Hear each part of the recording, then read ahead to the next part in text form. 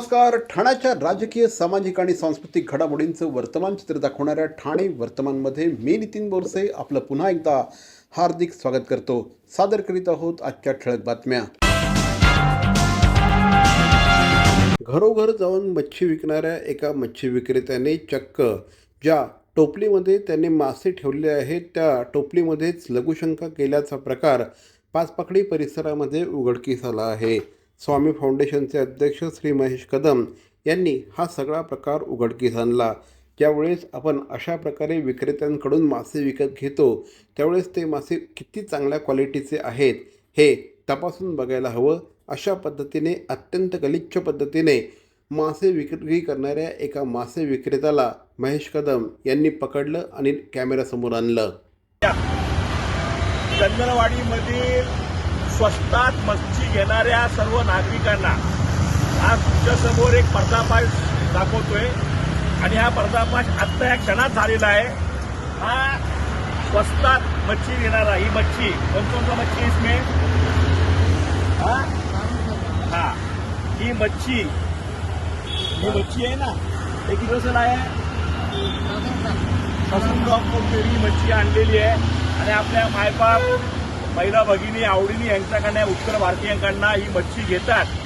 हा प्रचंड प्रमाणात दारू पिलाय सकाळपासून आणि ह्या मच्छी विकतात ही मच्छी विकतात हा मुतलाय.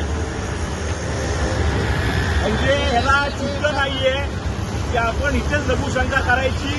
ह्याच मच्छीने ह्याच लघुशंकेच्या पाणी याच्यामध्ये पडायचं आणि लोकांनी हीच मच्छी खायची. नीट विचार करा.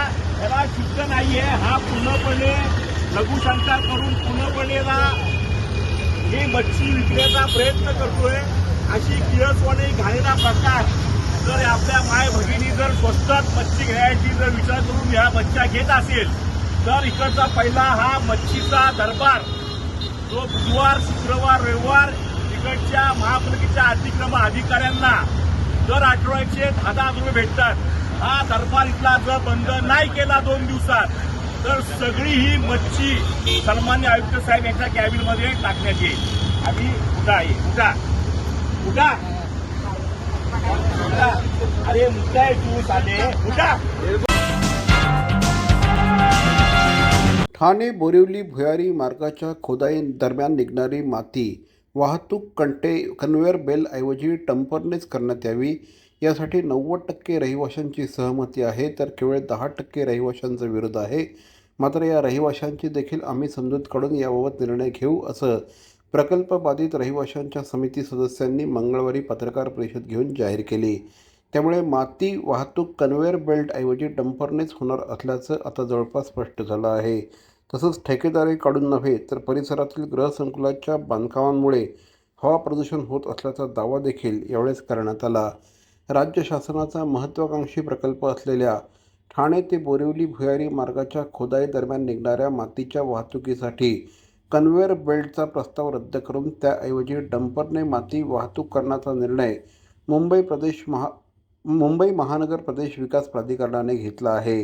या निर्णयानुसार दररोज 350 डंपर माती वाहतूक करणार असल्याने परिसरात हवा प्रदूषण होण्याची भीती व्यक्त करत त्यास रहिवाशांनी विरोध दर्शवला आहे. त्यामुळे ठाणे ते बोरिवली भुयारी मार्ग प्रकल्पाचं काम पुन्हा वादात सापडलं असून यासंबंधीचं वृत्त प्रसारित होताच प्रकल्प बाधित रहिवाशांचे समिती सदस्य राकेश मोदी, नगरसेवक सिद्धार्थ पांडे, आशुतोष शिरोळकर, निवृत्त अभियंता भिडे धाने मुजुमदार आणि शरद वासकर यांनी पत्रकार परिषद घेऊन याबाबत आपली भूमिका स्पष्ट केली. ठाणे ते बोरिवली भुयारी मार्गाच्या खोदाईतून निघणाऱ्या मातीची वाहतूक कशी करायची यावर गेल्या अनेक दिवसांपासून चर्चा सुरू आहे. MMRDAने 3 पर्याय दिले होते. युनी अपेक्सपर्यंत भुयारी मार्गाचं काम पहिल्या टप्प्यात करणं आणि त्या मार्गाद्वारे डंपरने माती वाहतूक करणं हा पहिला पर्याय होता. मातीची वाहतूक कन्व्हेअर बेल्टने करणं हा दुसरा पर्याय होता आणि स्वतंत्र मार्गिका तयार करून डंपरने माती वाहतूक करणं हा तिसरा पर्याय होता असं राकेश मोदी यांनी सांगितलं. पहिल्या पर्यायात भुयारी मार्ग तयार होण्यासाठी 2 ते 3 वर्ष काळ लागेल आणि इतका काळ कोणताही प्रकल्प थांबवला जाऊ शकत नाही. दुसऱ्या पर्यायात कन्व्हेअर बेल्टची यंत्रणा उभारणं, त्याच्या दोन्ही बाजूला मार्गरोधक उभारणं अशी कामं करावी लागणार असून त्यानंतरही हवा आणि ध्वनी प्रदूषणाचा धोका कायम राहण्याची शक्यता आहे. तिसऱ्या पर्यायामध्ये स्वतंत्र मार्गिका करून डंपरने वाहतूक केल्यास रस्ते वाहतुकीला अडथळा होणार नाही आणि स्थानिकांना देखील त्रास होणार नाही. या तिन्ही पर्यायांबाबत अद्याप कोणताही निर्णय झालेला नसला तरी कन्व्हेअर बेल्टऐवजी डंपरनेच वाहतूक करण्यात यावी यासाठी 90% रहिवाशांची सहमती आहे. 10% रहिवाशांचा विरोध आहे. मात्र या रहिवाशांची देखील समजूत काढू असं मोदी यांनी सांगितलं. मुल्लाबाग परिसरात 20 फेब्रुवारीला हवा गुणवत्ता निर्देशांक 234 इतका होता. 18 फेब्रुवारीला हवा गुणवत्ता निर्देशांक 143 होता. यात डंपरने माती वाहतूक झाल्यास ध्वनी, हवा प्रदूषणात वाढ होईल, वाहतूक कोंडीची समस्या निर्माण होईल अशी भीती रहिवाशांनी व्यक्त केली होती. त्यावर मोदी यांनी स्पष्टीकरण देताना हवा प्रदूषणाची इतर कारणंही स्पष्ट केली. भुयारी मार्गाच्या ठेकेदाराकडून हवा प्रदूषण रोखण्यासाठी उपाययोजना करण्यात येत आहेत. त्यांना दिलेल्या निर्देशाचे ते पालन करत आहेत. परंतु परिसरात बांधकाम प्रकल्प उभारण्यात येत असून तिथे बिल्डर नियम पाळत नसल्याने हवा प्रदूषण होत आहे. पालिकेने त्यांनी नोटीस बजावण्याची कारवाई केली आहे, तरी ते नियम पाळत नाहीत असा दावा देखील राकेश मोदी यांनी केला. प्रोजेक्ट इफेक्टेड पर्सनमध्ये आमची काही डिमांड्स होती. त्याच्यातले 3 महत्त्वाच्या डिमांड्स होत्या. एक अंडरग्राऊंड टनल टिल सत्यशंकर. एप्रिल 2024 पासून आम्ही ही सुरुवात केली होती आणि आज तुम्हाला बोलायला आम्हाला फार आनंद होतोय की अंडरग्राऊंड टनल टिल सत्यशंकर ही डिमांड आमची फुलफिल झालेली आहे. त्याच्यानंतर दुसरा विषय होता की मक हॉलिंगच्या विषयाला घेऊन MMRDAने आम्हाला सांगितलं होतं की कन्व्हेअर बेल्टच्या माध्यमातून ते करणार. पण आम्ही त्यांना सांगितलं होतं की सुरुवातीला आमची टेल कंप्लीट करून टाका, म्हणजे आमची लाईफस्टाईल क्लिअर होईल आणि आतल्या ते काम चालू राहील. महानगरपालिकेच्या पहिल्याच महासभेमध्ये घडलेल्या गदारोळानंतर राज्याचे उपमुख्यमंत्री एकनाथ शिंदे यांनी नाराजी व्यक्त केल्याचं समोर आलं आहे. सभागृहातील घडामोडींवर तीव्र प्रतिक्रिया देत त्यांनी अशा प्रकारचं वर्तन अशोभनीय असून भविष्यात असे प्रकार होऊ नयेत असे स्पष्ट निर्देश दिल्याचं शिवसेना शिंदे गटाचे गटनेते पवन कदम यांनी पत्रकार परिषदेत सांगितलं. महासभेचा केवळ अपव्यय होऊ नये, विषयपत्रिका थेट मंजुरीसाठी ठेवण्यात आल्याचंही पवन कदम यांनी स्पष्ट केलं. पुढील 2 महासभांनंतर लक्षवेधी सूचना आणि प्रश्न स्वीकारले जातील असंही त्यांनी नमूद केलं. भारतीय जनता पक्षाच्या नगरसेविका मृणाल पेंडसे, राष्ट्रवादी अजित पवार गटाचे नगरसेवक राजन केने यांच्या प्रश्नांवर सविस्तर माहिती देणं आवश्यक होतं. मात्र अपुऱ्या वेळेमुळे प्रशासनाला माहिती संकलित करणं शक्य नसल्याचं कळवण्यात आलं होतं. त्यानंतर महापौरांनी विषयपत्रिकेबाबत प्रशासनाला रुलिंग दिलं. निधी वाटपाबाबत भाजप सदस्यांनी उपस्थित केलेले आक्षेप गैरलघू असल्याचं सांगताना गटनेते पवन कदम यांनी राज्यात शिवसेना, भाजप, राष्ट्रवादी महायुतीचं सरकार आहे. तत्कालीन मुख्यमंत्री एकनाथ शिंदे यांच्या कार्यकाळात ठाण्यासाठी निधी उपलब्ध झाला असून त्यात दोन्ही पक्षांचे योगदान आहे. माहिती देणं क्रमप्राप्त असल्याने प्रशासनाने ती देण्याची तयारी दर्शवली असल्याचं देखील त्यांनी सांगितलं. की दरवेळेला ज्या वेळेला आम्ही नागरिकांची विकास कामं करतो, जेव्हा उपमुख्यमंत्री शिंदे साहेब जेव्हा ठाणेकरांच्या विकासासंदर्भात बोलतात त्यावेळेला भाजपचं मोठं योगदान आहे, हे आम्ही कधीही अमान्य करत नाही. आदरणीय केळकर साहेब यांचंही योगदान या ठाणे शहरासाठी मोठं आहे. त्यांचं मार्गदर्शन दरवेळेला मागच्या वेळेस आयुक्त साहेबांनी येऊन भेटले, त्यांनी त्यांचे जे प्रश्न ते मांडले त्यावेळेस सन्मान्य नगरसेवक त्यांच्याबरोबर होते.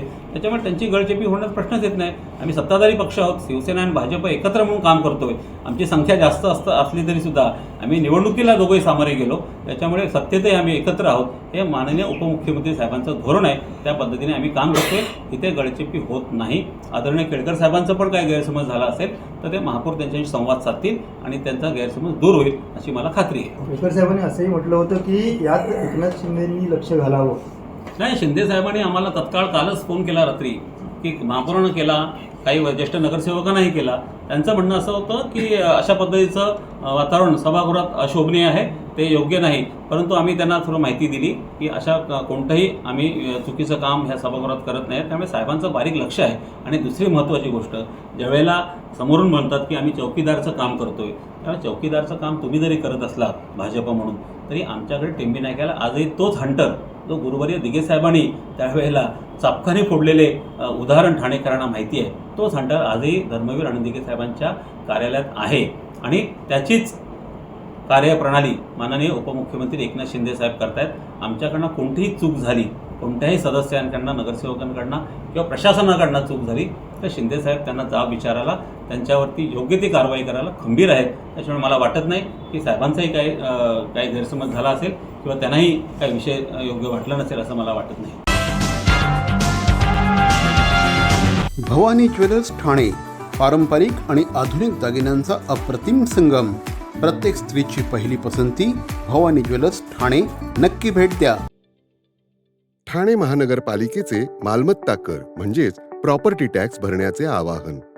सन 2022-23 या आर्थिक वर्षाचे मालमत्ता कराचे म्हणजेच प्रॉपर्टी टॅक्सचे बिल ठाणेकर करदात्यांना महापालिकेमार्फत आर्थिक वर्षाच्या सुरुवातीस म्हणजेच माहे एप्रिल 2022 मध्ये देण्यात आलेले आहे. तथापि अद्यापही काही करदात्यांनी मालमत्ता कर महापालिकेकडे जमा केलेला नाही. सध्या आर्थिक वर्षाचा अंतिम टप्पा सुरू झाला आहे. मालमत्ता कर वसुलीसाठी महापालिकेतर्फे कडक कारवाई हाती घेण्यात आली आहे. या अंतर्गत जंगम मालमत्ता, टीव्ही, फ्रीज, वाहन व इतर जप्त करणे तसेच स्थावर मालमत्ता वॉरंट बजावून जप्त करण्यात येत असून मालमत्तेचा जाहीर विक्रीद्वारे लिलाव करून कराची रक्कम वसूल करण्यात येत आहे. मालमत्तेस पाणी पुरवठा करण्यात येणारे नळ संयोजन खंडित करण्यात येत आहेत. त्याचप्रमाणे थकीत मालमत्ता करावर 2% व्याज आकारले जात असल्याने भरावयाची रक्कम वाढत आहे. आपला मालमत्ता कर propertytax.thanecity.gov.in या लिंकद्वारे तसंच गुगल पे, फोन पे, पेटीएम याद्वारे ऑनलाईन पद्धतीने करण्याची सुविधा उपलब्ध करून दिली आहे. शनिवार, रविवार व सार्वजनिक सुट्टीच्या दिवशी नागरिकांना मालमत्ता कर भरणे सोयीचे व्हावे याकरता महापालिकेचे मालमत्ता कर संलग्न कार्यालय या दिवशी कार्यान्वित ठेवण्यात आलेले आहे. तरी मालमत्ता कर वसुलीची अप्रिय कारवाई टाळण्याच्या दृष्टिकोनातून मालमत्ता कर भरून महापालिकेस सहकार्य करावे. धन्यवाद. CP Goenka International School, nurturing talent at young age for scholastics, sports and performing arts in global perspective. Proud to have world toppers and country toppers in 10th standard Cambridge examinations. Ranked the best emerging school by the Times of India for personality over percentage, CP Goenka is the intelligent choice. राज्याच्या कानाकोपऱ्यात धावणाऱ्या लाल परी आपल्या घामाने आणि कष्टाने जिवंत ठेवणाऱ्या सुमारे 86,000 एस टी कर्मचाऱ्यांच्या चेहऱ्यावर अखेर समाधानाची झळाळी उमटली आहे. वेतनवाढीचा थकीत हप्ता त्यांच्या बँक खात्यात जमा होताच दिलेला शब्द पाळणाऱ्या परिवहन मंत्री तथा एस टी महामंडळाचे अध्यक्ष प्रताप सरनाईक यांच्याबद्दल कर्मचाऱ्यांमध्ये आनंदाचं वातावरण आहे. एस टी महामंडळाकडे निधी अभावी थकीत वेतन देणं कठीण झालं असताना शासनाने तातडीने 100 कोटी रुपयांची तरतूद केली. परिणामी फेब्रुवारी महिन्याच्या थकीत वेतनवाढीचा हप्ता कर्मचाऱ्यांच्या खात्यात जमा झाला. हा केवळ आर्थिक दिलासा नसून तो शासनाच्या संवेदनशीलतेचा आणि बांधिलकीचा प्रत्यय आहे, असं प्रतिपादन परिवहन मंत्री श्री प्रताप सरनाईक यांनी केलं आहे. ठाणे महानगरपालिकेतील स्वीकृत नगरसेवक पदासाठीची नावं 5 मार्च रोजी जाहीर होणार आहेत. निवडणुकीमध्ये तिकीट न मिळालेल्या ज्येष्ठ आणि माजी उच्च शिक्षित नगरसेवकांसाठी ही संधी मानली जात आहे. त्यासाठी जोरदार लॉबिंग सध्या सुरू आहे. महानगरपालिकेमध्ये शिवसेना शिंदे गटाचे 75 नगरसेवक निवडून आल्याने त्यांच्या पक्षातून 6 जणांना स्वीकृत पदाची संधी मिळण्याची शक्यता आहे. तसंच भाजप 2, राष्ट्रवादी काँग्रेसमधून 1, राष्ट्रवादी काँग्रेस पार्टीमधून 1 अशा एकंदर 10 जणांची वर्णी लागण्याची शक्यता आहे. या संदर्भातला अंतिम निर्णय 5 मार्च रोजी होणाऱ्या महासभेमध्ये होणार आहे. त्याचप्रमाणे याच वेळेस परिवहन समिती, स्थायी समिती आणि विविध विषय समित्यांच्या सदस्यांची देखील नेमणूक होणार आहे. तर मंडळी, या होत्या आजच्या ठळक बातम्या. ठाणे वर्तमानमधून आम्ही ठाण्याच्या राजकीय, सामाजिक आणि सांस्कृतिक घडामोडींचं वर्तमान चित्र दाखवायचा प्रयत्न करतोय. अर्थातच आपल्या सहकार्याची गरज आहे, तेव्हा आपल्या सूचना आणि समस्या आम्हाला जरूर कळवा. आमचा पत्ता ठाणे वर्तमान, Dadoji Konde stadium, shop number 16, Khardan road, Thane पश्चिम. दूरध्वनी क्रमांक 9820939420. तर मग पुन्हा भेटू उद्या याच वेळी याच ठिकाणी. ठाणे वर्तमानमध्ये. तोपर्यंत धन्यवाद. जय हिंद, जय महाराष्ट्र.